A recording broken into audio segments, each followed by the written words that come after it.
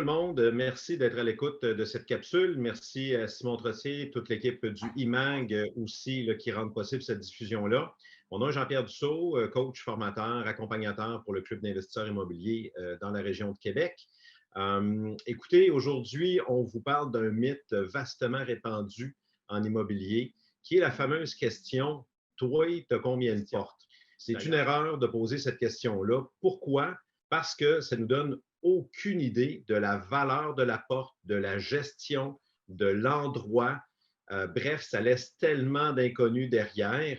Et finalement, si c'est un concours de portes, ben écoutez, on peut en acheter des caisses chez Renault Dépôt, des portes, puis dire qu'on a un troc plein. Mais blague à part, écoutez, on a vu des gens au club d'investisseurs réussir avec des fois moins d'une dizaine de portes parce qu'ils les exploitaient d'une façon très particulière. Je pense entre autres en hébergement touristique, en chalet locatif. Donc, quelques exemples pour vous. Lorsqu'on pose la question, tu as combien de portes? On pense à une maison de chambre. Donc, maison de chambre qui a peut-être 8, 10, 12, 16 chambres à l'intérieur, mais on parle d'une maison, donc d'une porte. Et j'ai un exemple en tête d'un gradué du coaching qui a une maison de chambre pas très loin d'où j'habite, 12 chambres qui génèrent 76 000 par année, des chambres étudiantes haut de gamme. Oui, ça a été rénové, oui, il a mis des sous, mais écoutez, quel cash flow incroyable. Donc, une porte lui rapporte brut 76 000 par année. Autre exemple, dans le commercial, on a des gens au club qui ont du commercial ou du semi-commercial. Et là, on a des locataires de grande valeur qui peuvent payer 8, 10 000, 15 000 de loyer par mois en triple net, c'est-à-dire que toutes les autres charges lui sont refacturées. Donc, on a, exemple, un 15 000 de loyer de base qui rentre. Et notre locataire commercial paye les taxes foncières, les taxes scolaires, peut-être l'assurance de la bâtisse en proportion de son pied carré, en prorata de son occupation. Autre chose, on en a parlé tantôt, mais on rentre en ce moment, nous sommes à l'hiver, donc chalet de ski. On a des gens qui font d'excellents revenus, surtout suite à la pandémie. Je pense à quelqu'un qui me disait que pour un chalet quand même de grand format, qui peut accommoder quelques familles, génère 85 000 par année. Bien, écoutez, ça ne vous en prend pas une tonne comme ça là, pour réussir à vivre. On comprend que les frais de gestion en location, hébergement touristique ou Airbnb sont plus élevés, 30, 40, des fois 50 %. Des fois, c'est même géré par la montagne de ski. Mais quand même, ça vous donne un excellent cash flow, un excellent retour sur investissement. Donc, la fameuse question de toi, tu as combien de portes n'est pas la bonne. On devrait dire combien tes portes te rapportent, à la rigueur, la valeur de ces portes-là. Et ne vous méprenez pas, tous les secteurs sont bons.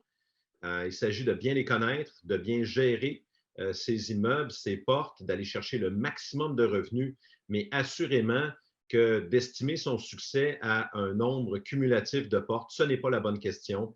C'est facile de mal acheter, c'est facile de mal gérer, c'est facile d'avoir de la vacance, des portes non rentables. Donc, moi, je vais vous dire, pour prôner la qualité de vie, moins qu'on a de portes, plus elles sont rentables, mieux ça sera. Moins de portes égale moins de gestion, moins de problèmes potentiels, etc. Il faut être très sévère dans ces transactions. Il faut connaître son secteur parfaitement. Les gens qui réussissent, je vous dirais, ont une précision pratiquement chirurgicale de leur territoire. Ils connaissent les rues, les côtés de rue. En bas de tel boulevard, c'est moins bon. On change de catégorie de locataire, on change de prix de loyer. Les années de construction ne sont pas les mêmes. Ça prend, je vais vous le dire, l'expression tireur d'élite, là, être un sniper de son territoire. Donc ça, tant qu'à moi, c'est une condition pour avoir des qualités de porte intéressantes. De la gestion très rigoureuse. C'est beau en accumuler, mais Colin, si on a 10-15 % de taux de vacances, on ne va pas très loin. Donc, une gestion très rigoureuse, que ce soit par vous ou votre équipe, mais on reste proche de ces opérations. Ultimement, c'est notre argent, c'est nos bâtisses. Donc, même si on donne en gestion, s'il vous plaît, ayez un contrôle sur vos investissements.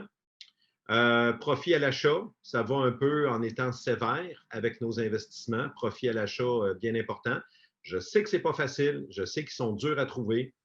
Mais je répète la phrase de Jacques Lépine, un immeuble sur 200 qui vaut la peine d'être acheté, un demi de 1%. Donc, ce n'est pas des masses, ça ne court pas les rues et c'est pour ça que les gens se forment, c'est pour ça qu'on offre le coaching au club d'investisseurs pour apprendre à mieux faire, pour apprendre à faire différemment de monsieur, madame, tout le monde qui regarde de l'immobilier. Puis après ça, dernier point, la créativité. Donc, il y en a qui vont être capables de voir plus loin. Ils vont acheter une maison unifamiliale avec entrée indépendante dans un secteur de travailleurs ou secteur étudiant et vont dire, bon, ben, moi, je vais faire des chambres là-dedans, je vais l'optimiser ou je vais faire un duplex, je vais peut-être meubler les logements, je vais louer mes stationnements à part. Donc, on est créatif, on bâtit de la valeur. Donc, finalement, on peut avoir que 2 portes dans notre maison qui est devenue un duplex, mais ça peut devenir très rentable. Donc, quand on nous fait rêver, quand un courtier ou un vendeur vous fait rêver, hey, tu vas être capable de mettre 2 étages ici, je m'excuse, est-ce que la structure peut le porter? C'est extrêmement dispendieux à faire et souvent, ce n'est pas rentable. Là. Ça dépend où est votre localisation. Mais de façon générale, l'optimisation, on la veut à l'intérieur des murs. On la veut au chaud. Donc, ça peut être, exemple, un sous-sol ou un demi-sous-sol où est-ce qu'on a des lockers avec une belle hauteur de plafond qui nous permettrait de faire 2 logements. Ça peut être une subdivision d'un grand 3,5 qui deviendrait un 4,5. Ça peut être l'ajout de services comme une buanderie commerciale. Et à ce moment-là, dans les petits logements 2,5, 3,5, on suggère d'enlever les entrées laveuses-sécheuses lorsqu'on peut offrir une buanderie commerciale au sous-sol. Ça agrandit les logements et souvent, c'est des personnes seules. Donc, eux autres, de pouvoir laver dans l'immeuble, c'est déjà très bon. Évidemment, on pense au Wi-Fi qui est vastement répandu. Donc, offrir de l'Internet sans fil, c'est des façons encore d'ajouter de la valeur à l'interne. Il y en a qui vont meubler selon vos secteurs. Il y en a qui vont meubler les logements. On va encore une fois ajouter de la valeur, même si vous n'êtes pas autorisé à faire de l'hébergement touristique. 31 jours et plus, on tombe en location court terme. Donc, c'est le bail de la régie du logement. Il n'y a pas de TPS TVQ, mais on peut meubler. Exemple, chercher des locations de 2 mois, 3 mois, 4 mois pour des gens en séparation. Il y en a qui approchent des compagnies d'assurance avec des logements meublés. Ça peut être des stages, des mandats de travail, donc une façon de louer jusqu'à 50 plus cher. Donc, vous avez un 3,5 à 800 bien, vous allez le meubler, l'équiper.